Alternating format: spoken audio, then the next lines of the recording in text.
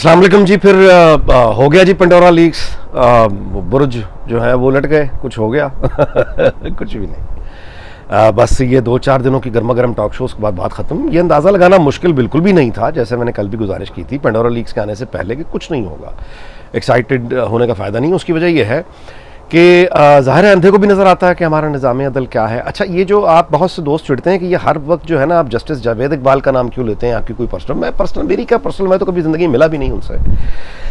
उनका नाम इसलिए लेता हूं कि वो प्राइम एग्जाम्पल है कि एक आदमी जिसका काम है करप्शन को रोकना, उसका मैंडेट ही ये है उसके इदारे का, उसका चेयरमैन कंप्रोमाइज्ड है। पूरी दुनिया जानती है कंप्रोमाइज्ड है। ये किसी महज़ब माशरे में तसव्वुर ही लोग बर्दाश्त नहीं करते। हम लोगों ने किया हुआ है बर्दाश्त। तो जब हम लोग इस तरह की बातें बर्दाश्त करेंगे तो उसके बाद वही सलूक होगा जिसके हम मुस्तहिक़ हैं। तो एहतसाब वगैरह, तो जहाँ पे यही कंप्रोमाइज़ है, फिर किसी और से तवक्को करना कि वो कभी कोई इंसाफ का सवाल ही पैदा नहीं होता। आगे आ जाएं, खैर इस मौजू से निकलते हैं और इंसानी मसले की तरफ आते हैं जो मेरे दिल के बहुत करीब है और यकीनन आप लोगों को भी हम सब देखते हैं। वो है कि ये जो बच्चों पे तशद्दुद हो रहा है, ये इतना ज़्यादा है कि ये रिपोर्ट तो बहुत ही कम होता है। मेरा अजीज़ दोस्त हैं, छोटे भाइयों की तरह, लाहौर में है वो आजकल, तारिक चौधरी नाम है, DIG हैं, ऑपरेशन आजकल लगे हुए, तो वो मुझे भेजते रहते हैं मुख्तलिफ अपने जो वो जिन बच्चों को वो छुड़ाते हैं अजियत से। और वो जो फुटेज बच्चों पे जो तशद्दुद हुआ होता है, जब मैं वो फुटेज, यानी मेरी हिम्मत नहीं है कि मैं यहाँ से लगाऊँ, मतलब एक खाल उधेड़ देते हैं, मतलब इतने इतने मोटे, मतलब एक वो बच्चे जो हैं वो मुलाजिम माँ बाप जो हैं गुरबत के हाथों छोड़ जाते हैं, घरेलू मुलाजिम, और उसके बाद उनके साथ जो होती है, ख़ुद जो जाहिल तरीन माँ बाप हैं वो अपने बच्चों को भी खैर इस तरह सलूक करते हैं। यही बच्चे जो हैं चौराहों पे भी खड़े हैं। अच्छा, फिर ये कि वो बुज़ुर्ग बेचारे जिनको बाहर निकाल दिया जाता है और औलाद जो है वो गाफिल हो जाती है।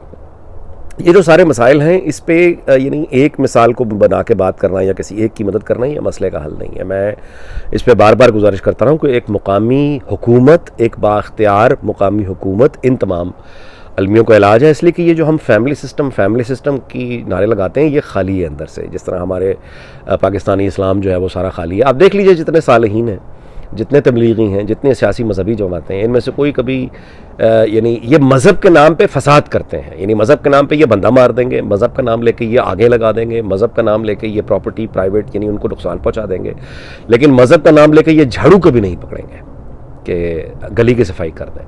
मज़हब का नाम लेके ये कभी किसी यतीम बेकारी बच्चे की मदद नहीं करेंगे। मज़हब के नाम पे ये कभी किसी की फ़ीस नहीं देंगे। मज़हब के नाम पे ये किसी को खाना नहीं देंगे। मज़हब के नाम पे ये हर तरह का, यानी वहाँ भी, यानी हमारे जो सालिहीन हैं ये वहाँ भी तशद्दुद के नाम पे तो आ जाएंगे। मज़हब के नाम पे किसी को मारना हो मसला कोई नहीं, ट्रैफिक रोकनी हो मसला कोई नहीं, लेकिन इन मसलों पर सालिहीन का इस्लाम ख़तरे में नहीं आता। तो ये जो कहना है कि फैमिली सिस्टम हमारा बड़ा मजबूत है, झूठ है ये बात। मतलब, और दुनिया में वैसे बाय द वे कोई सोसाइटी जो है वो सिर्फ एक फैमिली सिस्टम पर यानी डिपेंड करके पूरी सोसाइटी के मजबूरों और माजूरों को, और ये जो मतलब अक़लियत हो, बच्चे हों, माजूर हों, यानी ये फैमिली सिस्टम पर डिपेंड करके रियासत गाफिल नहीं हो सकती। इसका जो बाकायदा दुनिया भर में जो इलाज कामयाब ढूंढा गया है, मैं वही तजवीज़ कर रहा हूँ, और वो है मुकामी हुकूमत। अच्छा, अब मुकामी हुकूमत क्या कोई नया कॉन्सेप्ट है? नहीं। पाकिस्तान में अभी हाल ही में जनरल मुशर्रफ की लोकल गवर्नमेंट्स थी, बल्दियाती इदारे, मतलब टेक्निकली सब कुछ मौजूद है, सिर्फ उसको अथॉरिटी देनी है ताकि वो एक्सरसाइज कर सकें। अच्छा, अब ये मतलब दोस्तों कुछ सवाल है कि जी ये लोकल गवर्नमेंट का क्या ताल्लुक है इन चीज़ों से। मैं आपको गुजारिश करता हूँ, लाहौर का एक इलाका है, उसका नाम है अल्लामा इकबाल टाउन। आप किसी भी शहर में रहते हैं, अपनी कोई आबादी से मिसाल आप ले लीजिए, मैं लाहौर की मिसाल दे रहा हूँ। इसमें 22 ब्लॉक्स हैं। LDA के रिकॉर्ड के मुताबिक इसकी आबादी तकरीबन 24-25 लाख के करीब है। अब 25 लाख की आबादी का सिर्फ एक रिहायशी आबादी जहाँ 22 ब्लॉक हैं। अच्छा, अब वो जो 22 ब्लॉक हैं उनमें से हर ब्लॉक, मिसाल के तौर पर रावी ब्लॉक, अब वहाँ पे अगर 1.5 या 2 लाख या 3 लाख 4 लाख लोग रहते हैं, तो ये रावी ब्लॉक अपना एक मुकामी हुकूमत अगर वहाँ पे हो, काउंसलर्स हो, कोई भी नाम दे दें, लोकल गवर्नमेंट हो, जो गली मोहल्ले वाले, जब एक दूसरे को लोग जानते हैं, ज़ाहिर है जो गली मोहल्ले वाला होगा वो एक दूसरे को, यानी लोग नज़र रखते हैं, जानते हैं, एक शोहरत होती है हर आदमी की, अच्छी या बुरी। तो वो जो मकामी लोग हैं रावी ब्लॉक के, वो अपना एक नुमाइंदा मुंतखब करेंगे, और वो जब नुमाइंदा बाख्तियार होगा, और रावी ब्लॉक के जो मकीन हैं वो एक मंथली एक पैसा जो है वो अपनी रावी ब्लॉक की गवर्नमेंट को देंगे, बजाय ये कि इस्लामाबाद में दें, लाहौर में दें। वो तो जो टैक्सेस दे रहे हैं दे ही रहे हैं, लेकिन उसका एक हिस्सा जब आप रावी ब्लॉक में रहने वाले अपनी मुकामी हुकूमत को देंगे तो फिर ये मुकामी हुकूमत गली मोहल्ले की हुकूमत की जिम्मेदारी होगी कि वो ये देखेगा। उनके लिए बहुत आसान होगा क्योंकि वो वहाँ रहते हैं। अच्छा, उनके काम पे नज़र रखना किन लोगों ने रखनी है? जो वहाँ के रहायशी हैं। तो मतलब मैं ये नहीं कहता कि करप्शन बिल्कुल नहीं होगी, वो तो होगी, लेकिन ये कि वो काबिल बर्दाश्त हद तक होगी और आहिस्ता आहिस्ता ख़त्म होने की उम्मीद हो सकती है, क्योंकि लोग एक दूसरे के ऊपर नज़र तो रखते हैं ना। यहाँ पे दोस्त तो कोई किसी का नहीं। अब रावी ब्लॉक की जो मुकामी हुकूमत होगी, वहाँ पे रहने वाले, रावी ब्लॉक के अंदर रहने वाले, वहाँ पे जो सरकारी स्कूल होगा वो उसके बारे में फ़िक्रमंद होंगे क्योंकि उनके बच्चे वहाँ जा रहे हैं। इसी तरह से वो अपने ब्लॉक में रहने वाला एक जो हॉस्पिटल है वो मतलब अगर होगा तो मतलब है वो उसका ख्याल करेंगे, नहीं होगा तो चंदा करके या एक कैंपेन चला के अपने लिए क्लिनिक, मुकामी अस्पताल का इंतज़ाम करेंगे। अच्छा, उसके बाद ये उनका काम होगा कि वो ये नाली, गली, मोहल्ला, गटर, ये जो दरख्त हैं, अच्छा फिर उसके बाद ये जो रास्ते हैं, इनकी सफाई वगैरह ये उनका काम होगा। ये वो ख्याल रखेंगे कि हमारे ब्लॉक में अगर कोई प्राइवेट स्कूल आ रहा है तो उसने फ़ीस कितनी रखी हुई है, लूट तो नहीं रहा। अच्छा, उसके बाद यही लोग होंगे मुंतखब जो पुलिस को, ज़ाहिर है ये पुलिस के ऊपर चेक होते हैं, और यही लोग जो हैं यानी रावी ब्लॉक वाले, ये फिर इंसानी ज़मीर इज्तमाई तौर पे ज़िंदा है, यानी ऐसा कहना कि मुर्दा हो चुका, ऐसा नहीं है। ये रावी ब्लॉक वालों का काम होगा, उनकी मुकामी हुकूमत का काम होगा कि वो ये देखे कि उनके ब्लॉक में, क्योंकि उनके गोल्स छोटे हैं, उनकी बड़ी बड़ी जिम्मेदारियाँ नहीं हैं, उनकी प्रैक्टिकल छोटी जिम्मेदारियाँ हैं कि रावी ब्लॉक में मिसाल के तौर पर कोई बच्चा जो है वो भीख नहीं मांगेगा। रावी ब्लॉक में हम किसी घरेलू मुलाजिम किसी को इजाज़त नहीं देंगे कि यहाँ पे घरेलू मुलाजिम को, किसी बच्चे को, कमसिन को मारा पीटा जाए, तशद्दुद किया जाए, और अगर उसके बारे में पता चला तो उसके बारे में जो कार्रवाई होगी वो गली मोहल्ले के लोग करेंगे, दूर दराज से आया हुआ एक आदमी नहीं करेगा दिहाड़ी लगाने के लिए। अच्छा, यही बात अब आप आगे ज़रा इसको ले जाएँ, और वो ये है कि मिसाल के तौर पे LDA जो प्लान करता है पूरे शहर को, अब ये लोग, पूरी दुनिया जानती है ये पैसे लेते हैं, पैसे लेके ये शॉपिंग, हर जो नक्शा मंजूर होता है ज़ाहिर रिश्वत दे के होता है। अब जब सरमायादार एक शॉपिंग प्लाजा बनाएगा किसी भी इलाके में तो उसको तो पैसा कमाना है। जब उसने रिश्वत भी देनी है, बिजली वालों को भी देनी है, LDA वालों को भी देनी है, यानी हर जगह पैसा लगा के रिश्वतें दे के जब वो प्लाजा बनाएगा, उसने वहाँ पे रहना तो नहीं है, उसने तो बेचना है। वो क्या, उसे क्या ज़रूरत है कि वो पार्किंग पे पैसे ज़ाया करे? वो पार्किंग की जगह भी जो होगी वो उसको भी पैसे दे के नक्शा पास करवाएगा और पार्किंग की स्पेस को भी दुकानों में कन्वर्ट करके वो उसके ऊपर पैसा कमा के निकल जाएगा। यही हो रहा है। अब ये जो मैं पहले वापस आते हैं, मुकामी हुकूमत ये करती है कि अगर मिसाल के तौर पर रावी ब्लॉक की अगर मुकामी हुकूमत है तो फिर उसके पास ये इख्तियार होना चाहिए कि वो LDA के किसी भी ऐसे जो अप्रूव करता है LDA को शॉपिंग प्लाजा, तो फिर वो लोकल गवर्नमेंट होगी जो उनको यानी वहाँ पे रेजिस्ट करेगी, या लोकल गवर्नमेंट उसको चेक करेगी और वो ये देखेगी कि ये प्लाजा आप जो यहाँ बना रहे हैं, बना के आपने तो दौड़ लगा जानी है, सब अफसरों ने पैसे पूसे लेके अपने और ठेकेदार ने भी निकल जाना है, रहना हमने है, पार्किंग यहाँ है नहीं, हमारा आना जाना मुश्किल हो जाएगा, हर वक्त यहाँ पे रास्ते ब्लॉक हुआ करेंगे, गलाजत आएगी, मतलब हमें पार्किंग की जगह चाहिए। अच्छा, बाहर अगर गाड़ी रख तो फिर वो एक और यानी अजाब है, वो अगर गाड़ी उठा के ले जाएगा, चालान हो जाएगा, या फिर ठेकेदार एक होगा जो उसको आप टोकन देके वो एक लादा गुंडागर्दी शुरू हो जाएगी।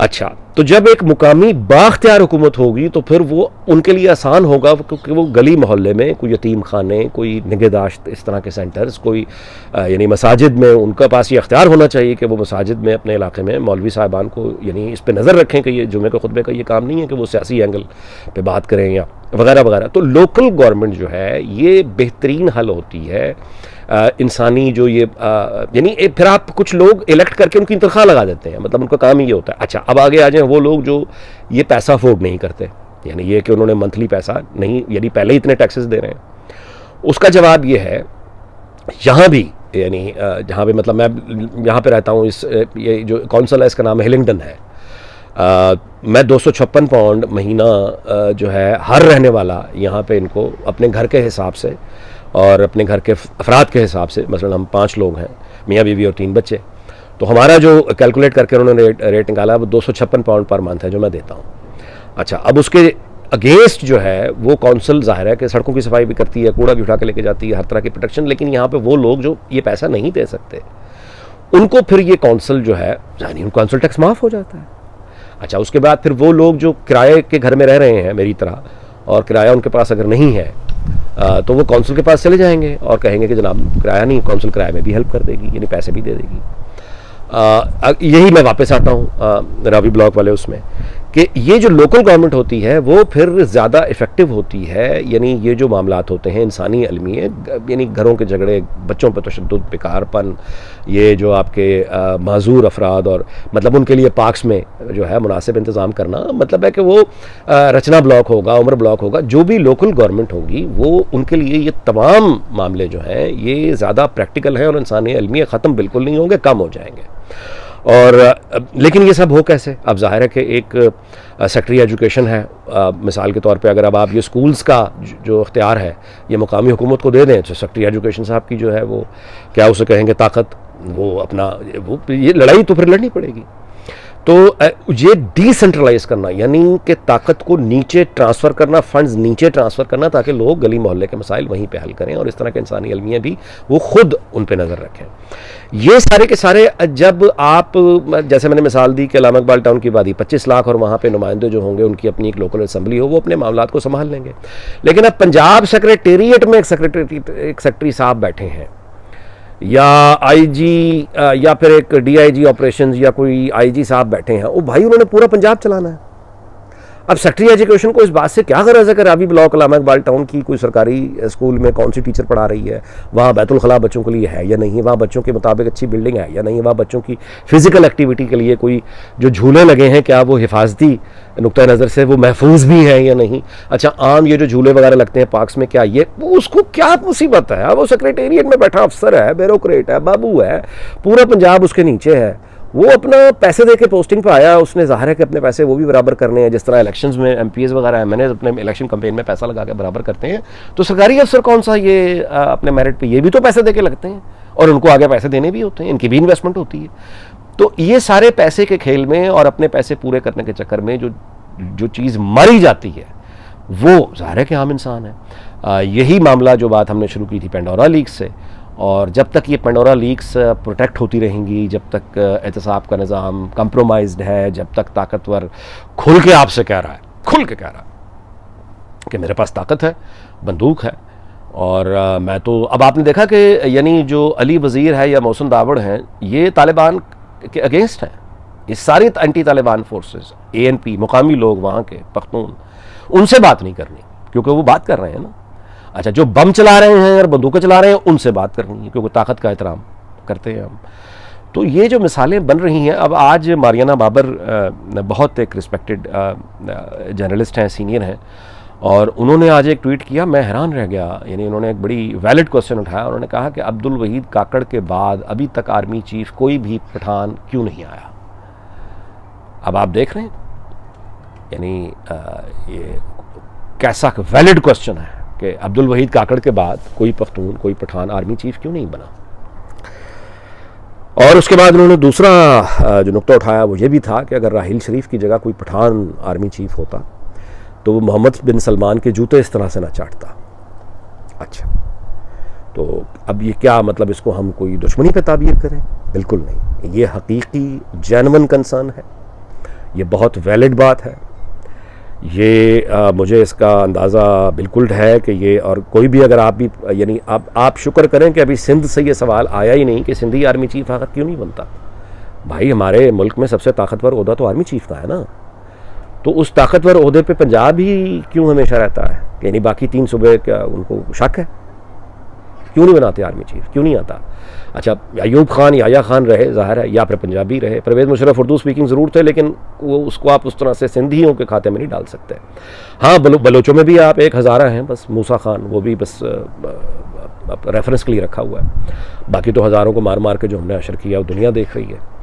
तो अब ये जो एक होती है ना आपकी लालच और आपकी वो पोस्टिंग ट्रांसफ़र, और अगले आर्मी चीफ भी जो हैं वो भी पंजाब से, अभी से बताया जा रहा है कि वो भी पंजाब से होंगे। यार को खुदा का खौफ करो। मैं मतलब इस मामले में यानी आखिरी बात ये करता हूँ, गिलगित बल्तिस्तान के वज़ीर आला ने कुछ 4 साल 3 साल पहले बुलाया दावत पे, तो मैं गया वहाँ, हम लोग गए तो स्कर्दू गए। स्कर्दू के बाद वो ज़ाहिर है जो कोई एक वो सरकारी प्रोटोकॉल होता है, मतलब गिलगित हुंजा जहाँ भी जाते थे वहाँ मुकामी एक असिस्टेंट कमिश्नर जो है वो मिलने के लिए आता था, एसपी आता था, छोटे नौजवान लड़के बच्चे।